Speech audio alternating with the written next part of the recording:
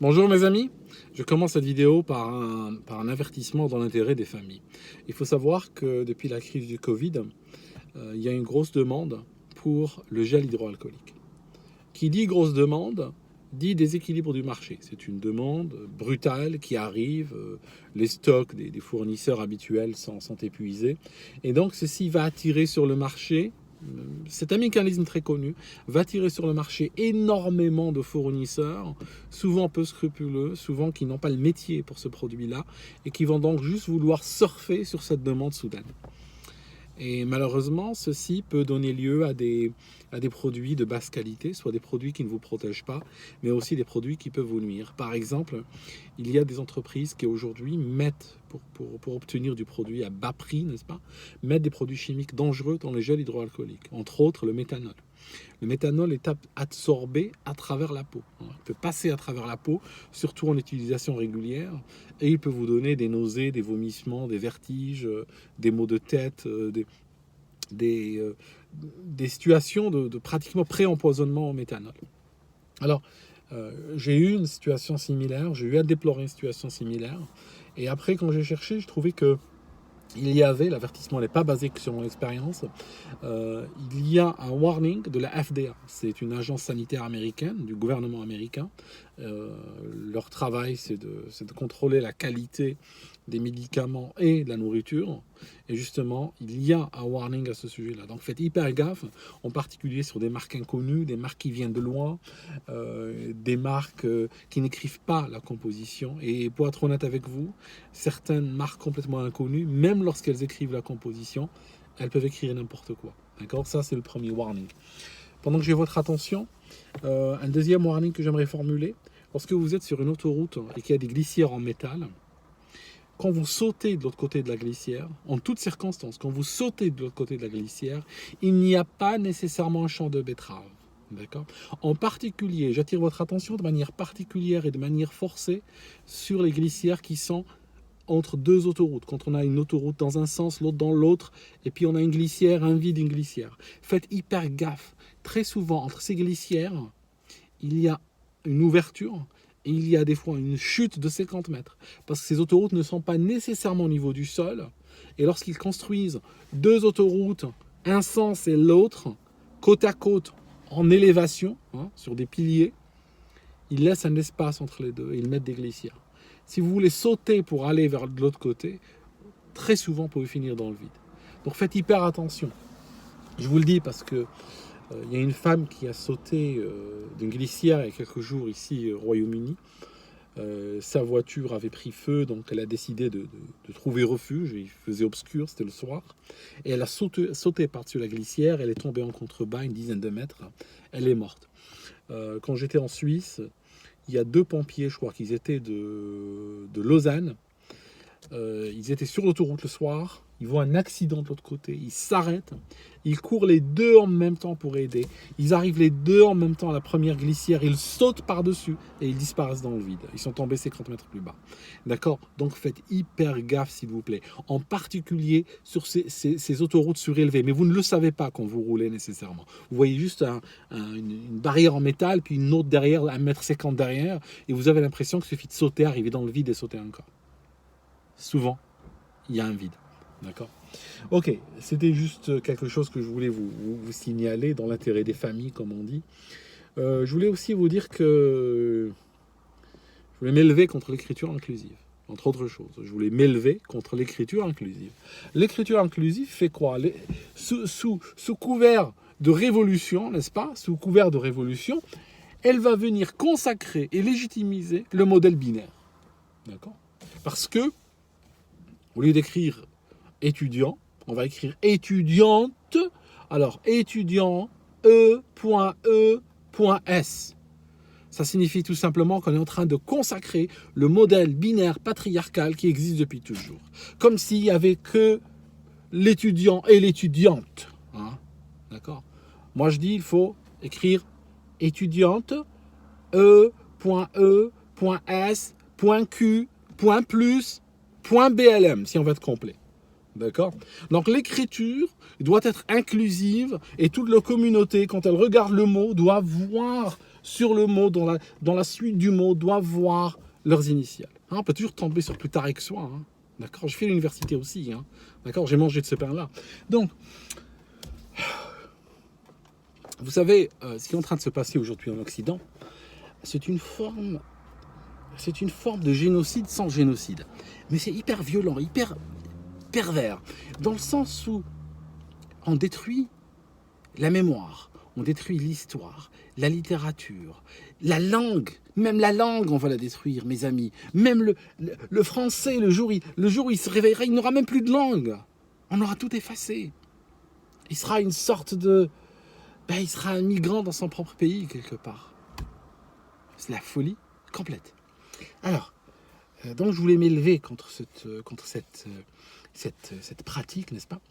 Et puis je voulais vous parler d'autre chose encore. Je voulais vous parler du temps des cathédrales. Vous vous rappelez de la chanson? Qui se souvient de la chanson La chance aux chansons, la France a raison. Non, c'est pas ça. Non, je parlais pas de... C'est vrai. Je parle de le temps des cathédrales. Il est venu le temps des cathédrales. Et honnêtement, dites-moi, qui chanterait aujourd'hui? Qui oserait chanter? Il est venu le temps des cathédrales. Je dirais, il est venu le temps des mosquées. Mais pas celui des cathédrales. Non, pas les cathédrales. Et quelqu'un chanterait-il le temps des cathédrales? Il ne passerait pas à la télé. En tout cas, en termes de temps des cathédrales, il est venu parce que là, c'est en train de brûler à qui mieux mieux. Là, aujourd'hui, il y a eu la cathédrale on s'y perd. Rennes, c'est ça? Il y a la cathédrale de Rennes qui a brûlé. 3 départs de feu, n'est-ce pas? Donc c'est signé, hein, c'est pas les amateurs de la Trinité hein, qui ont ces 3 feux. C'est de la criminalité, n'est-ce pas? C'est de la destruction de mémoire. Je sais pas qui a fait ça, mais le problème aujourd'hui, c'est que il y a tellement de personnes qui veulent éradiquer, on va dire, l'histoire française, la culture française, les fondations, réellement les piliers de ce qui fait la France. Hein, le christianisme en fait partie. Que franchement, je ne vais pas pointer le doigt sur les uns ou sur les autres. D'accord? Mais c'est quelque chose de terrible. Alors, je voulais vous dire aussi autre chose. Vous savez, par rapport au Covid, on a un grand scandale ici, dans ce pays, au Royaume-Uni, parce que les chiffres, et ça arrive mainstream maintenant, parce qu'avant c'était un truc de VIP, un truc de conspirationniste, hein, on se le disait sous le manteau. Aujourd'hui, ça arrive dans les médias nationaux, les chiffres du Covid sont faux. Alors, en fait, ce qu'ils ont fait, c'est que si par exemple une personne chope le Covid en mars, est positive au Covid en mars, après la personne, soit elle est traitée ou pas traitée, peu importe, imaginons qu'elle est traitée de l'hôpital et elle sort, guérie, on n'est pas traité, puis le Covid part. Imaginons que la personne meurt en accident de moto en juillet, elle est classée comme morte de Covid. Sérieux, accident de moto. Si quelqu'un, dans sa vie passée, a été diagnostiqué positif au Covid, quand il mourra dans le futur, cette mort sera automatiquement liée au Covid dans les statistiques officielles. Et c'est une catastrophe. Parce que maintenant, de plus en plus, qu'on avance dans le temps, des gens ont attrapé le Covid, des milliers et des milliers ont guéri, et puis maintenant le cycle de la vie normale reprend, et ces gens meurent, mais leur mort, nonobstant le fait qu'elle n'a rien à voir avec le Covid, elle est quand même classée liée à cette maladie. Donc c'est complètement ahurissant. Alors, pour mener des politiques publiques, il faut quand même il faut des chiffres vrais, il faut des chiffres honnêtes, qui donnent de la visibilité sur la situation. Or, aujourd'hui, on est en train de mener des politiques publiques désastreuses basées sur de la fantaisie. Ça me rappelle la science du climat, quoi. D'ailleurs, je vais vous dire un truc. Nous avons vécu pendant très longtemps. Moi, quand je suis né, nous étions dans le monde après Jésus-Christ. Quand on mettait la date, on mettait JC. Et après, on a changé cela, parce qu'on a dit, oui, mais bon, il y a des gens... en fait, le verre était dans le fruit, déjà. Hein. Le verre était dans le fruit. Des gens commençaient déjà à dire, oui, mais on ne dit pas JC, on va dire de notre ère, et tout, pour ne pas choquer, et tout ça. Bon, pour ne pas choquer, parce que celui qui est choqué n'avait qu'à inventer un calendrier, quoi. Enfin, peu importe. En tout cas, pendant longtemps, on a vécu sous ce calendrier-là. Après, on est arrivé en l'an 2000, et très rapidement, on a commencé à rentrer dans l'ère qu'on a appelée le post-11 septembre.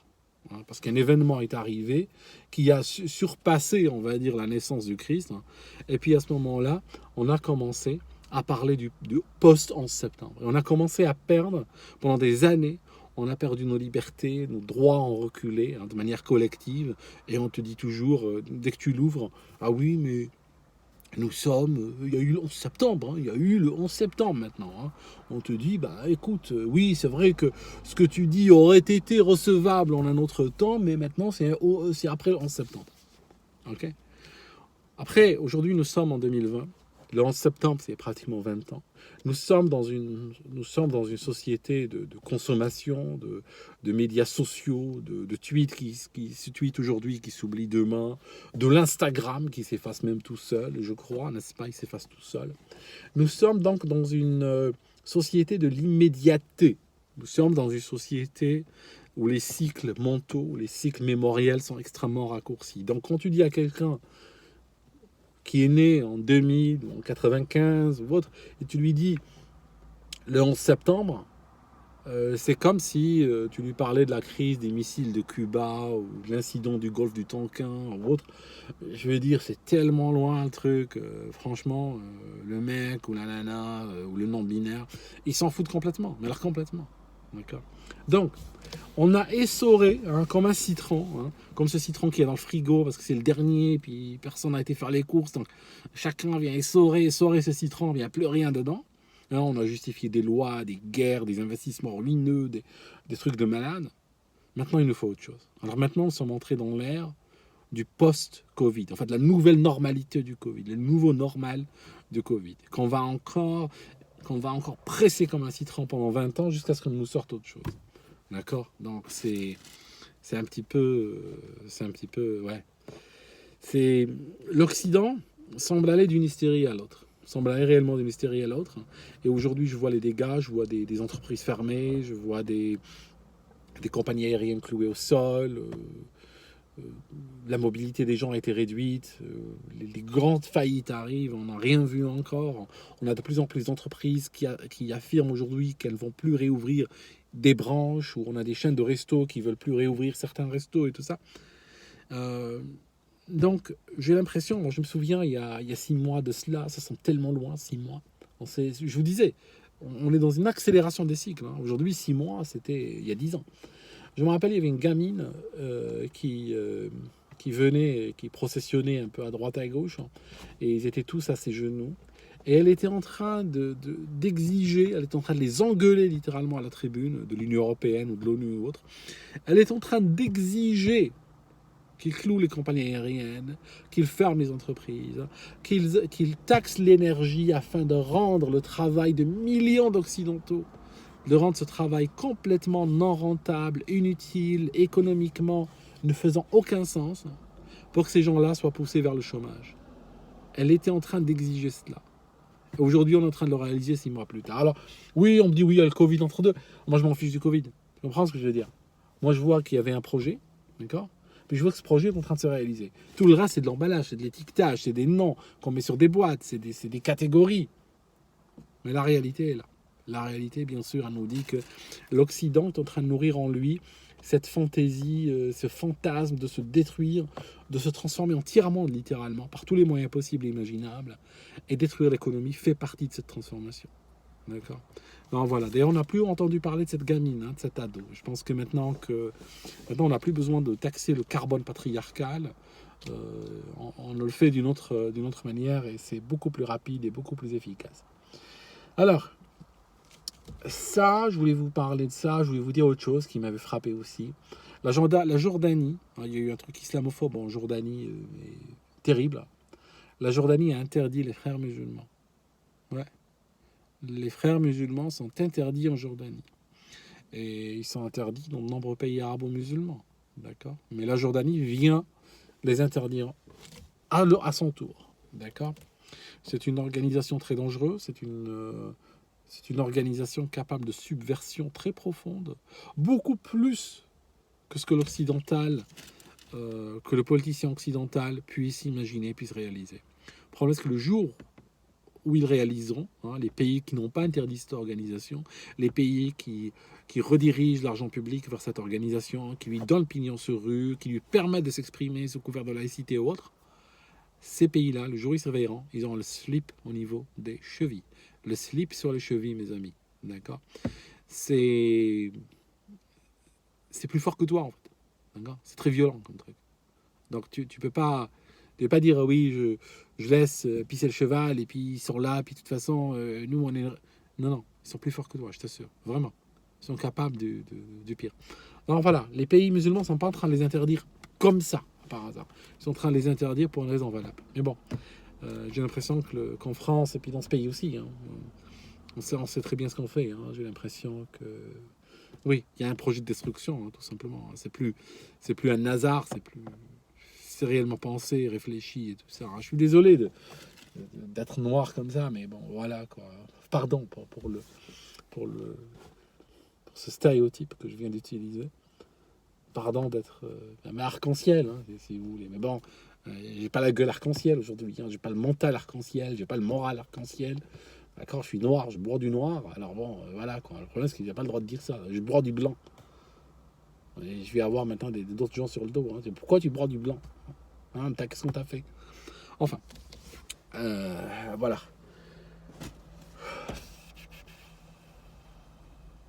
Je pense que voilà, c'est fini comme ça. Je vais rentrer chez moi. Et puis, abonnez-vous, mes amis. Hein, abonnez-vous à ma chaîne.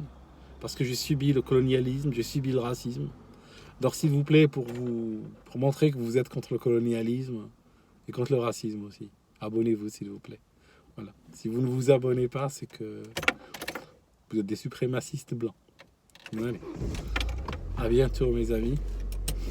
Et puis, je vais rentrer chez moi. Hein. Cette voiture, elle a un problème de boîte. Vous savez, des fois... c'est pas... La marche arrière ne passe pas toujours. Hein. Ah, je vais essayer encore.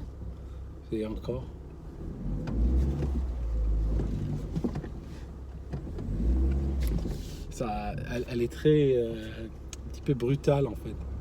Elle a l'embrayage un peu... très, très, très délicat.